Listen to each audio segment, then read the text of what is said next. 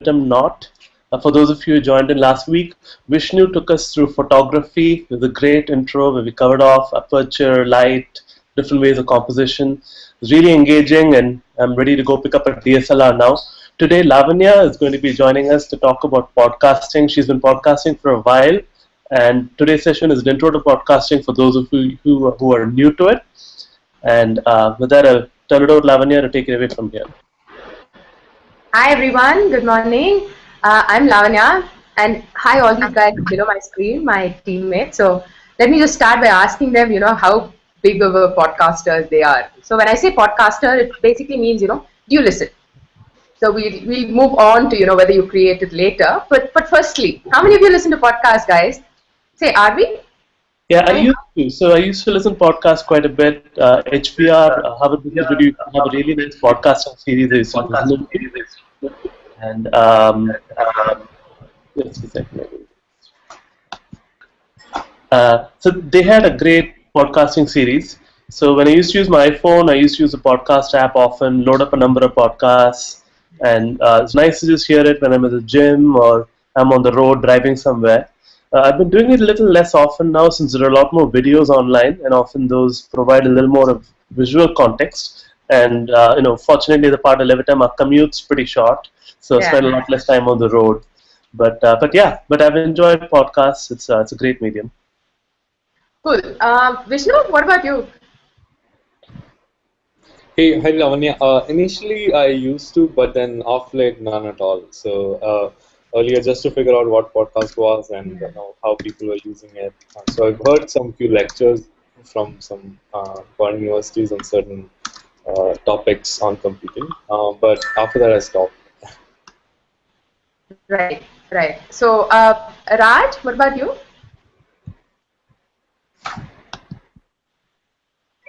I'm not outside. I'm in a call actually. But look, she was better in the morning.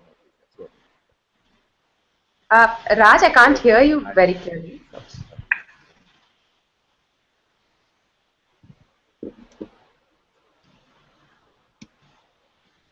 We can come back to Raj. Yeah, we can come back to Raj. So we'll move to Aditya. Hey, Lavanya. Big podcaster, please. I'm not a huge podcaster, unfortunately. I used to do it a bit, but I started tending to watch TED videos more often and then sort of lost the habit of listening to podcasts. So I think I spend much more time reading than I do listening to podcasts. I think one of my issues has been finding interesting podcasts and sort of keeping the flow easy to listen in. Also, it's just you don't have that many occasions where listening is easier than reading. Right. Very true. So let me start with a bit of a personal story, right? So I started listening to podcasts somewhere in 2008. So I had a small baby, and so there was this certain kind of time where your head is sort of in the clouds. You're largely blank. So getting engaged to reading content was a little difficult for me, and also where I had a certain kind of free time where I could do things, only certain kinds of things, because I probably had the baby in my lap, or I was trying to put the baby to sleep. So there was a certain kind of engagement where I had to be physically present, so couldn't take myself off too much.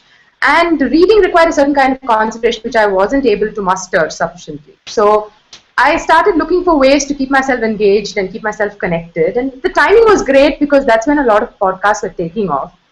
So I started.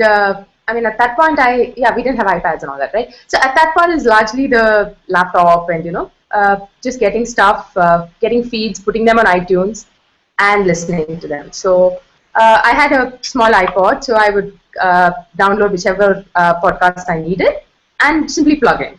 And there were a lot of times when, I had to stay up through the night. I wouldn't be able to sleep. So podcasts used to keep me awake and still engaged through the night. So my initial interests were largely literary. So there were a lot of literary podcasts that I listened to. And at that point of time, right, a lot of these syndicated radio shows were already starting to be available. So you could easily pick up something like, a lot of BBC shows. One of my favorites was the World Book Club, where they would cover one author and a particular book of theirs every month. Very popular show, and had listeners across the world. And so that gave a very good perspective of what was out there and how people were reading and discussing. So it was a great cultural connect. So that used to be one of my favorite podcasts. So at that point of time, discovery meant that I had to go fiddle with, what was available on iTunes. And even then, at that point in time, search wasn't very easy. So you probably had to go to categories and say, literature or arts, and then drill down further and look at what's available. And it was largely the popular ones, right? These, a BBC or a Guardian or the New Yorker, things like that would sort of get onto it fast. So there were just those podcasts that I started listening to. But eventually, I think, it broadened out, and like all of you must have tried earlier, right? There's a whole iTunes University thing, and how we could download a lot of things to learn and so on.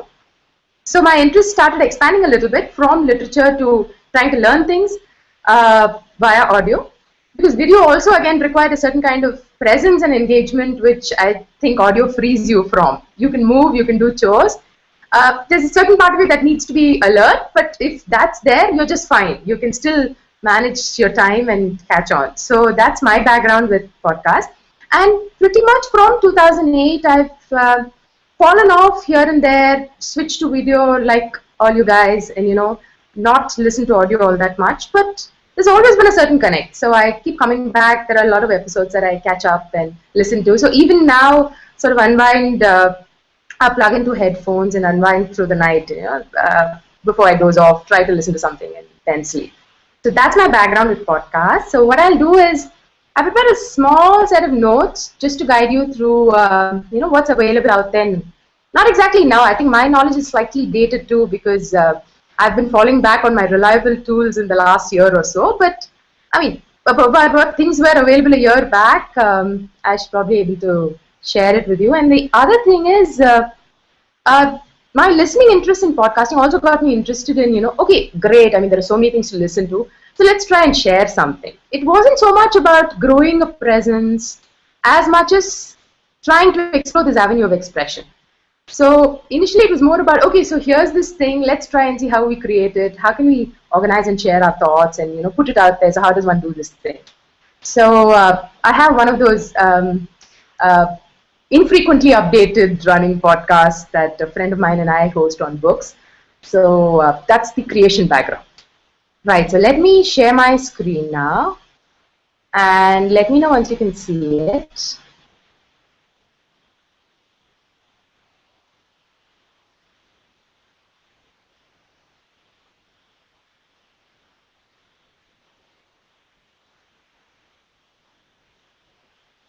Can't see it yet, can you?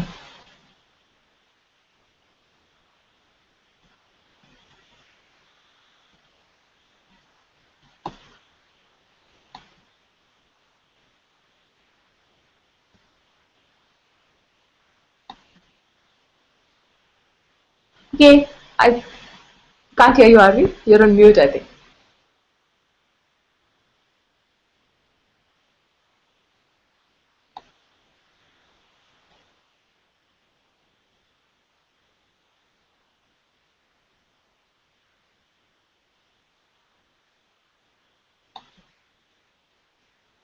Screen share, Darwin. Okay, so in order to not hold you up, while I keep clicking on screen share, I'm just going to flash my iPad screen in front of your face. So here's the thing, right? So what are the things that I do with podcasts? I either listen to podcasts or I create them. Okay? So now when I do this, let's go back to the next one. So what do I do when I listen to podcasts? And why do I do it? So may not be all that clear. Let me try and zoom it, but I will fill it in. So I primarily listen to podcasts. Initially it was for leisure and for the cultural connect. But these days I learn a lot of things from podcasts as well. Though I suppose if you want to specifically learn some things, it's largely video and not so much audio. And what are my sources for listening to podcasts?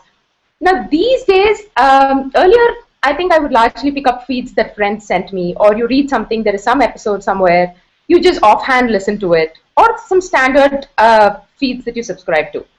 But these days what I do is I use the discovery that certain apps offer and try and discover random things and subscribe to them and listen to them for a month or so. and see whether I like it. Did you know there are like well over 100,000 podcasts available, and well over 4-5 billion people across the world who listen to podcasts. So I'm going to be talking about my favorite app, Stitcher, in a bit. So earlier my sources used to be feeds and networks. So these days I rely a lot more on serendipity and app discovery. And my tools, earlier it used to be, I'll just put it on iTunes, I'll stream it out of my laptop, or let me go to a favorite website that somebody's recommended it, play it off their site. So these days I rely largely on podcast apps. So I'm going to now talk about what my favorite apps are. All right. So before talking about what my favorite apps are, so what is it that I expect out of an app, right? So sorry about the bad handwriting. I just scribbled. So what do I expect out of a podcasting app? Now, I expect the app that I have to offer me a way to manage my subscriptions because I'm a regular listener. I expect the app to also help me organize what I listen to. So I look for playlists. And I expect the app to alert me to new subscriptions. And I expect a good, not just offline downloading, but a way to conveniently manage my downloads, to not clog up my space, and to have an intelligent way of managing deletions, everything automatically. And I look forward to ways of sharing. Now, earlier, a lot of the apps that were available, right, sharing wasn't so much in place. So I prefer apps these days that help you not just to email it to friends or just offer you a link, but that can instantly connect you to social networks, and also give you the title and some kind of guideline text that can help you. So I look for robust sharing features, and these days I also look for apps that offer pretty good means of discovering things. So these are some of my, and also some stats. So how many hours have I listened to? What sort of podcasts have I listened to? And how are my interests and where are they going? So all these breakups, these are all very interesting to me. And so these are some of the features of apps that I look for. Now to talk about my favorite apps. There are plenty of apps out there, and most of them have these standard features that I talk about. So here are my favorite apps. Stitcher, which wins hands down. And then there is, of course, Instacast, which has pretty good features in terms of downloads, adding specific feeds, and bookmarking. So then you're listening to, say, an hour-long podcast, right? And there are like some 10 good minutes there which you want to get back to, and you don't want to have to note down the minute somewhere and replay it. So this is an app which sort of offers you those nifty bookmarks. You mark the 10th minute or you mark the 3rd minute. And it's very, very handy to get back to where you left it and clip it and, do things with it. So that's why I like Instacart. And then, of course, there's Apple's own podcast app, which, well, Habit. It's been there long enough. You're used to it. You have a tons of your feeds sitting there already, so you can always go back to it. So that's how I pretty much use Apple's podcast app. But Stitcher wins hands down. So pretty much it's Stitcher and Instacast. Now, why Stitcher? Stitcher has this great discovery feature. So it's almost like Flipboard for audio, let's say. So it's got great visuals. It tells you what's popular and trending. It has various categories that you can explore. It shows you what's new. And so you can pretty much flick through, browse, and go by name. You don't have to go look for feeds, nothing like that. And that being an advantage is also a disadvantage, because if you want to add something specifically by feed, right, it doesn't let you do that. So you have to know the name, and you have to figure out a way to pick it off its directory. So that's a bit of a disadvantage with Stitcher.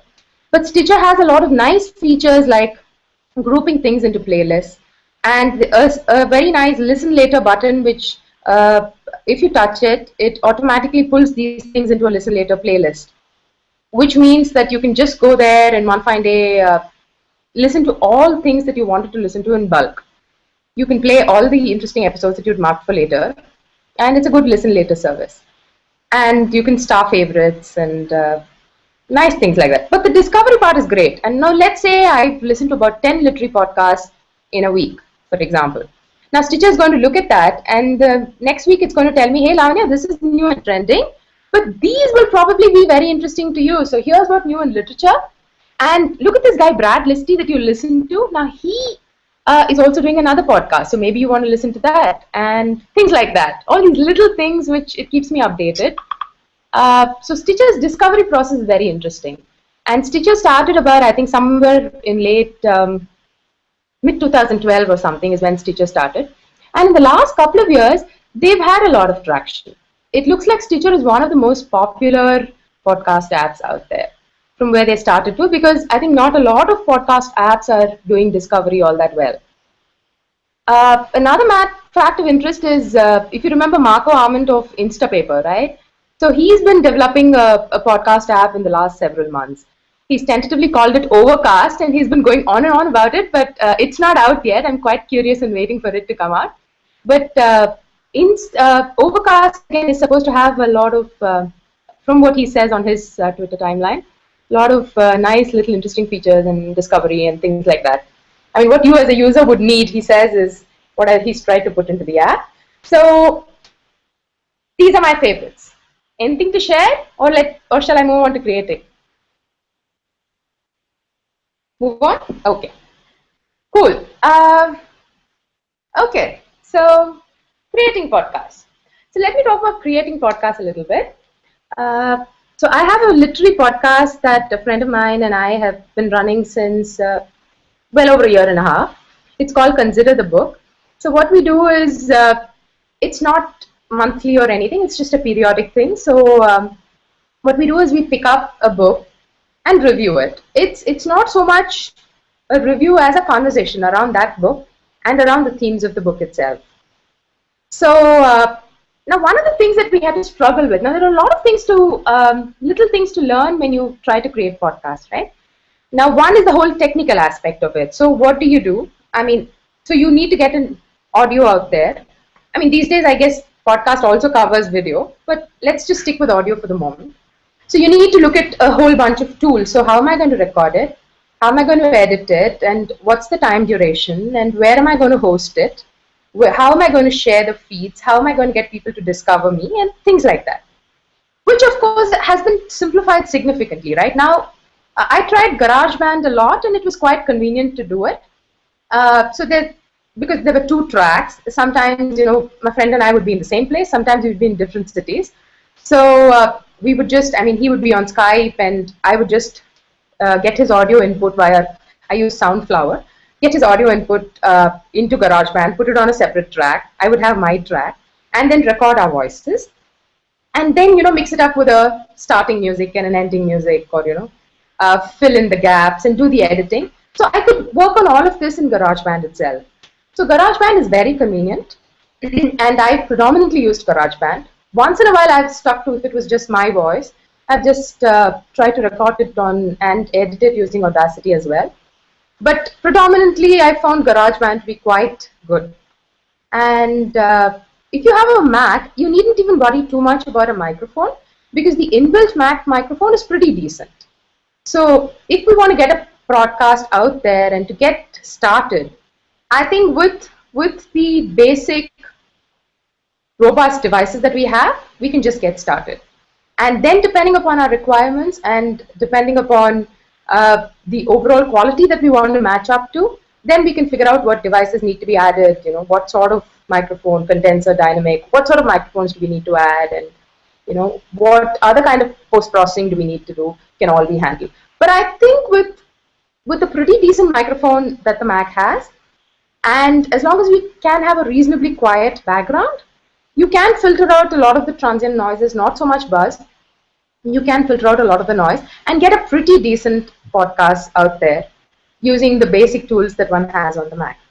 And so that's what we did. And we used GarageBand to do that. And I've also tried recording on the iPad, both using GarageBand, sometimes just using the voice memo and getting the file out and, then post-processing it using some other editing software as well. Now, when you go to create a broadcast, right, now the first thing is to ask oneself why we're doing it. So why create a podcast, right? What is it that we're trying to convey? Is it something that can't just be done by text?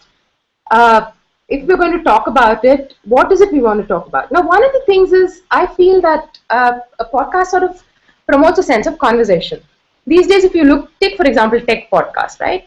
I'm very impressed and intrigued by the fact that there is such a degree of informality and conversationality in those podcasts, right? It is not one of those formal presentations with a beginning and a middle and an end. And at sometimes you wonder, why are these guys rambling so much for an entire hour? And why are we sitting and listening to it? I mean, why do we still be interested if there's so much of rambling going on? And I find that some of their topics, right? Let us say they're talking about headphones. This is one of those recent podcasts that I listened to briefly. So for an hour, these guys went on and on about Apple acquiring Beats and about headphones in general, and it was just a geeky headphone podcast. But it was very interesting because all three guys were interested in the headphones they were talking about, and the conversation just started evolving. So these topics just led to these various little things that these people knew, and then that generally built up into a pretty informative sharing thing on headphones itself. So one of the questions to ask, I think, is if we're going to be creating podcasts, is why are we doing it? I think there is a sense of conversation that we can promote, you can learn, and also share. And it's almost like taking part in a conversation virtually. So that's even if you don't add to it, you can absorb a lot of it from listening to a conversational podcast. So a conversational podcast is interesting. The second thing to look at is time. I mean, how long do you present it for, right? It's pretty difficult to engage somebody for an entire hour if we don't have an idea of what we're going to talk about.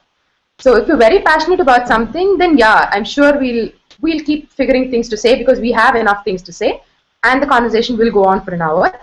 If not, then we're going to run out of things to say in 3-4 minutes, and that's going to be that. So timing, I think, is something that evolves. It makes sense to have a broad range in mind, but not to say that I'm going to do a podcast that is exactly 22 minutes every time. Though the World Book Club and people like that do have, because they're radio shows with their ads and all that, you find a lot of these radio shows have 58 minutes and exact time like that, and they chop it off, and they seem to cut it off exactly at that time. So we do know they have a whole post-production team and a lot of good editing that goes on, but still, it's fine to have a broad range, and to me, I find that as a listener, my interest is sustained very well by podcasts that average around 20 minutes to 30 minutes. A little longer, to me, there's a mental block about, okay, so now I need to set away this whole hour of time to listen to it. Whereas 20 minutes seems like something that you can squeeze in somewhere in between. A few friends of mine I've taken feedback from when I created the podcast also told me that they showed me some cricketing podcasts and said something like, 3 to 7 minutes is a great time to have bite-sized podcasts. So that's a good, a completely different line to explore. But let's say there are bite-sized items to share, just a quick conversation with somebody about 4 questions or 5 questions and the specific aspects of something that you want to address, then a 3 to 7 minute is again a good capsule of time to have an episode for a podcast. So time is one of the things. The second thing is the idea of seeming informal and conversational with a lot of preparation in the background. So one of the things we learned while recording our podcast is we initially went with a proper draft of a script. And we said, okay, we do it 2 ways. It took enormous amount of time because this was an hour-long podcast. So we came up with a complete script of, okay, you're going to say this, I'm going to say this, a complete narrative. And because we rehearsed it so many times, and we had this script propped up right in front of us, we tended to read out from the script. And because it's an audio medium, right, there is no face to give you feedback, there are no other props, and people are just listening to you. The rehearsed element and the reading element comes out that much more prominently in an audio podcast. So if you're reading, or if you've rehearsed it so much, people are going to listen to it and they're going to know. So if we want to sound informal and conversational, a prep and a checklist is fine, but it makes sense to not have entire sentences and complete narratives in place. Bullets would be good. Rehearsing the thoughts in the head would be good.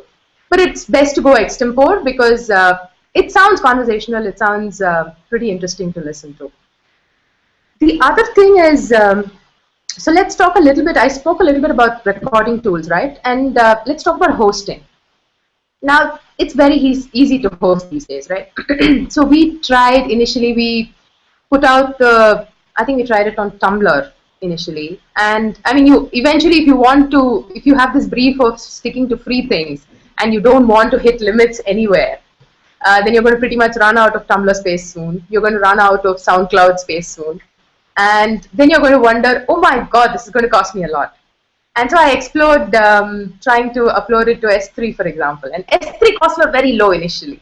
But then the slight catch there is, let's say you get a great number of listeners, and your listeners are growing exponentially.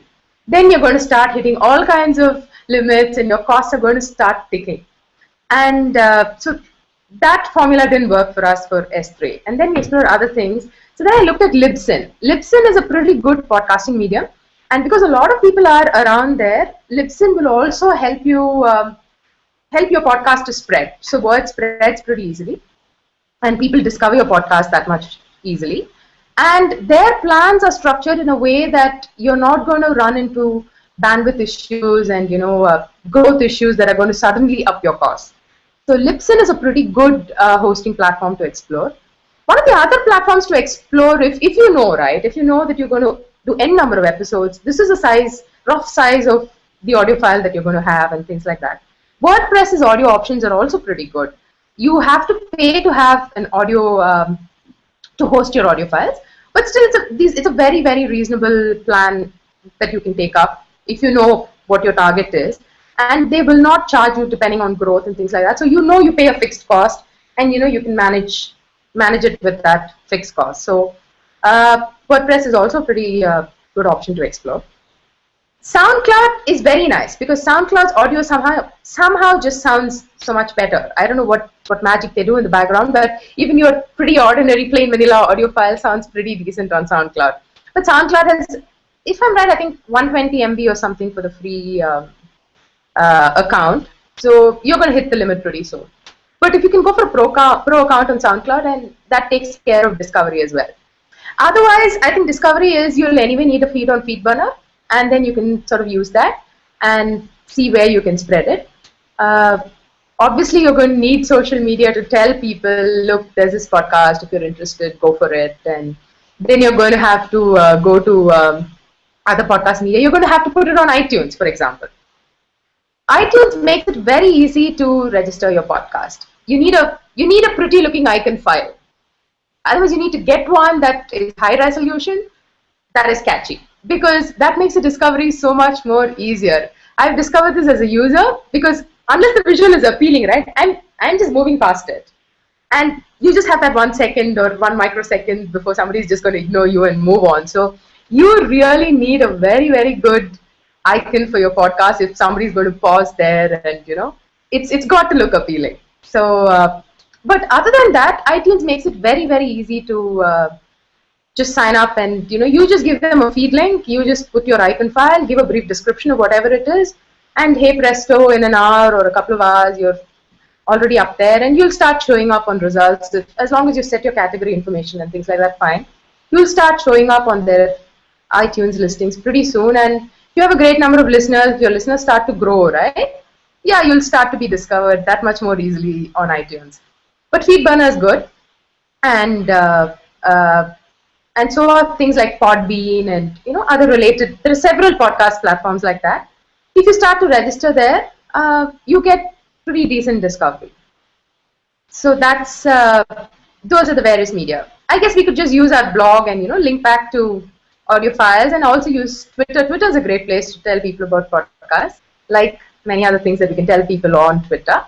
And so is Facebook, because friends, circles of friends, pretty good to share. So that's about hosting and spreading the word. Okay, the other thing was some stats. So I'm looking at data. I was going to share my screen to show you guys all this, but hey magic, okay, it works now. Okay, so I want to share my browser screen. Okay guys, let me know when you can see this. Do you see the podcasting screen? Yep. Okay, great. So this is from something called the Edison Research Report. It's pretty recent, it's released sometime in March, I think. So here are some stats on how podcasting has been received, or how is it going? I mean, how is it growing? So the use of audio podcasting has reached a new high. Now there was a dip a couple of years earlier, but if you look at the number of people. I think largely this is US-based data. I'm not too sure about that, but yeah. So podcasting is growing. I mean, this is the percentage of people who've ever listened to an audio podcast. So 30% of people are aware of and have listened to audio podcasts. People who are aware of, I think, is close to 50% in the US are aware of things called podcasts and have seen it somewhere at some point.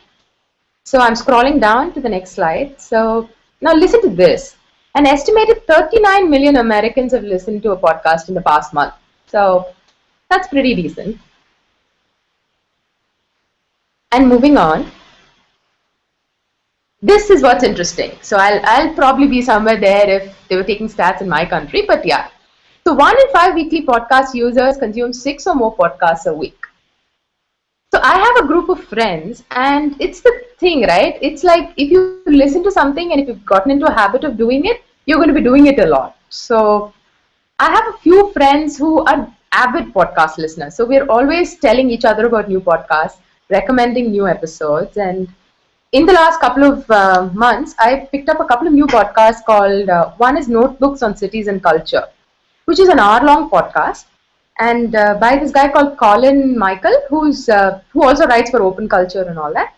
So it's a very interesting podcast. They talk about culture, and he goes across countries and just has these conversations with interesting artists and interesting people about various things, about life in general and about their cities and the cultural element of those cities and so on. So now the reason I bring it up is I have gone around like mad recommending this podcast to all my friends who listen to podcasts. I've repeatedly told them this, must have told them 3-4 times perhaps. So much so that, I really get on their nerves and, somebody says, all right, now shut up, I'm going to listen to at least one episode and see how it goes. So that's the thing. I mean, there's a certain loyalty element and sharing element to an avid podcast listener that I've also seen it happen to friends of mine who repeatedly shared links of new podcasts that they like. So I think listening to podcasts and consuming it and sharing it also becomes a kind of a habit. So now the major shift in podcast listening devices. These days I largely listen to it on the iPod because of the Stitcher app, which I use predominantly to listen to. So I just automatically stream it from Stitcher and save stuff to listen later in the offline mode when I'm around and don't have a decent connection.